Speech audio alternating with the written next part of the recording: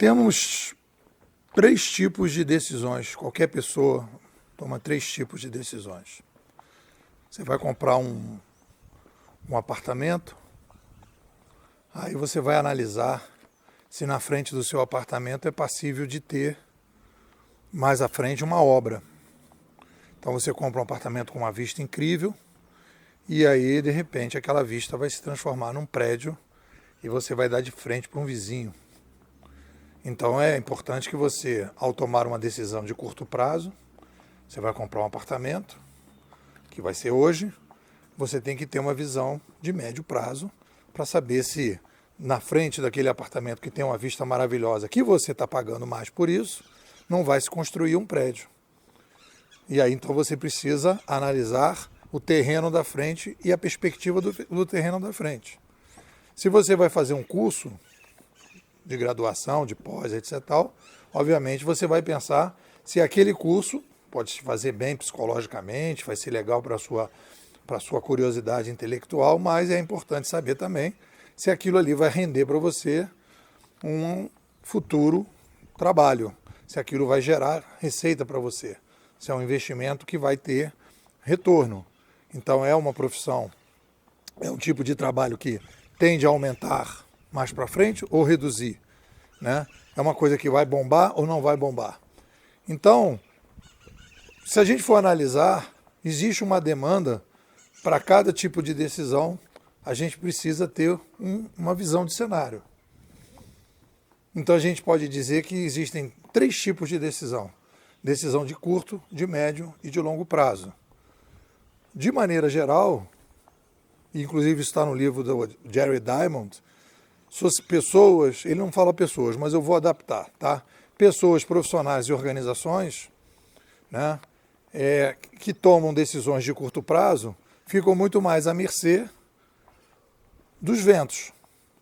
E o Jerry Diamond fala, dos diagnósticos que ele fez em relação a todos os colapsos das civilizações passadas foi exatamente esse.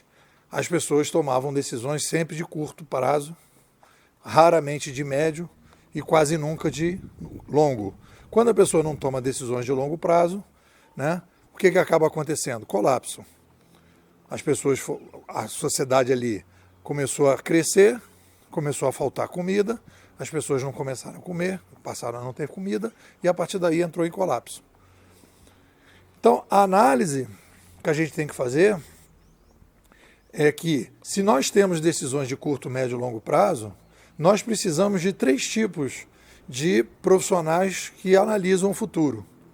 E aí a gente faz, então, esses três tipos que eu separei. O modista do curto, o cenarista do médio e o macrofuturista do longo.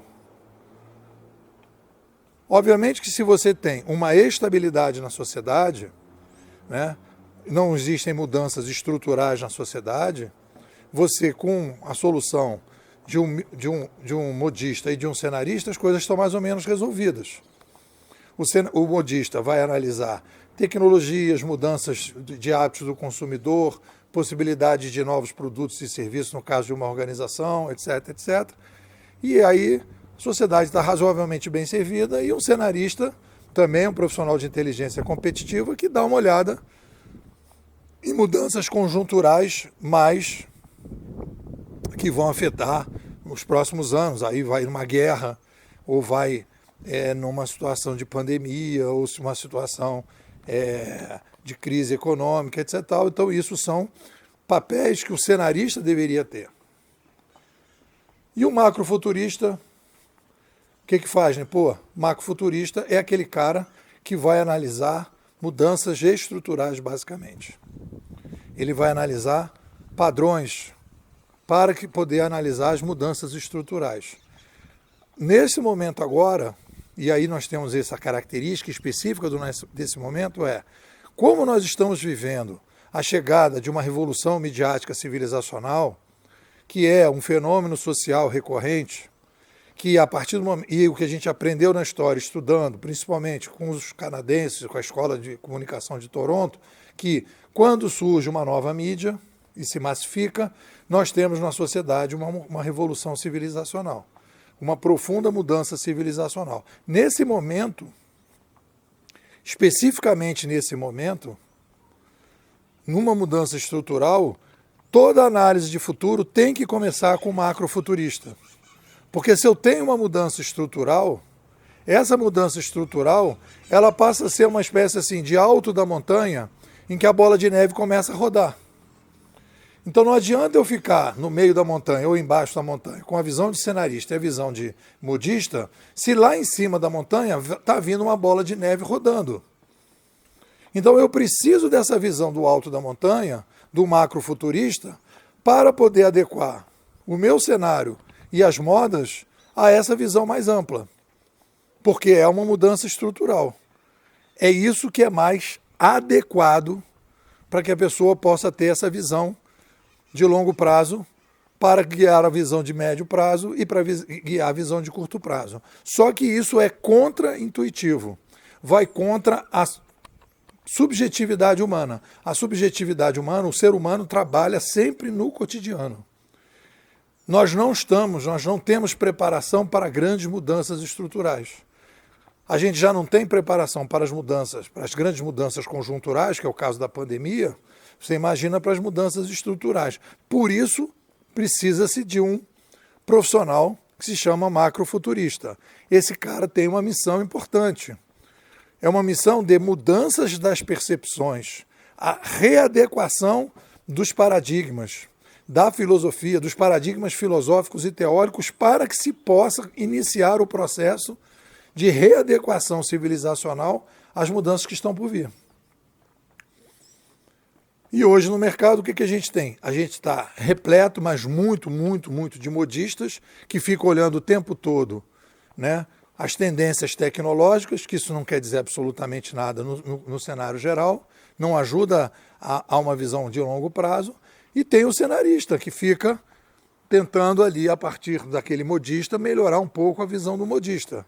Mas é preciso ter um macrofuturista para chamar de seu. Essa é a missão da Bimodais. A Bimodais é uma escola que prepara, basicamente, nós temos uma visão do macrofuturo, a partir do momento que nós estudamos as revoluções midiáticas civilizacionais. A gente percebe a mudança estrutural e aponta na linha de que nós estamos vivendo uma descentralização progressiva, que o grande objetivo dessa revolução civilizacional é fazer uma adequação da civilização com o novo tamanho da população. E para isso a gente vai necessariamente eliminando antigos intermediadores. A gente tem falado sobre isso aqui. Essa visão é fundamental para depois guiar as visões de cenário e da moda, porque a gente enxerga essa visão. A gente enxerga desse ponto de vista macro.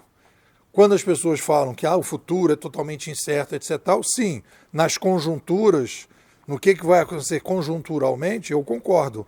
No que vai acontecer em termos de moda, eu concordo. Mas, do ponto de vista estrutural, estamos indo na linha da descentralização. Podemos afirmar com boa segurança que todas as zonas de atração da sociedade, pessoas, profissionais e organização, serão aquelas que vão fazer um processo de reintermediação dos antigos intermediadores, gerando prosperidade e fazendo com que as pessoas queiram ir para lá ou imitar aquilo que está sendo feito lá. É um pouco por aí. O que vocês dizem? Bom, agora no mês de março nós estamos discutindo aqui a imersão 5.3, estamos falando do livro do Taleb, né? Voltando a falar do livro Cisnes Negro, né? O livro que projetou o Taleb, e falando sobre o futuro das profissões. Convido você a participar da melhor escola de futurismo do Brasil, Bimodais. Você vem aqui tomar a pílula vermelha, sair desse mimimi que o mercado está hoje. Me manda um zap, 21 99608 6422. Vou repetir, 21 99608 6422. Nipô, quero ser bimodal.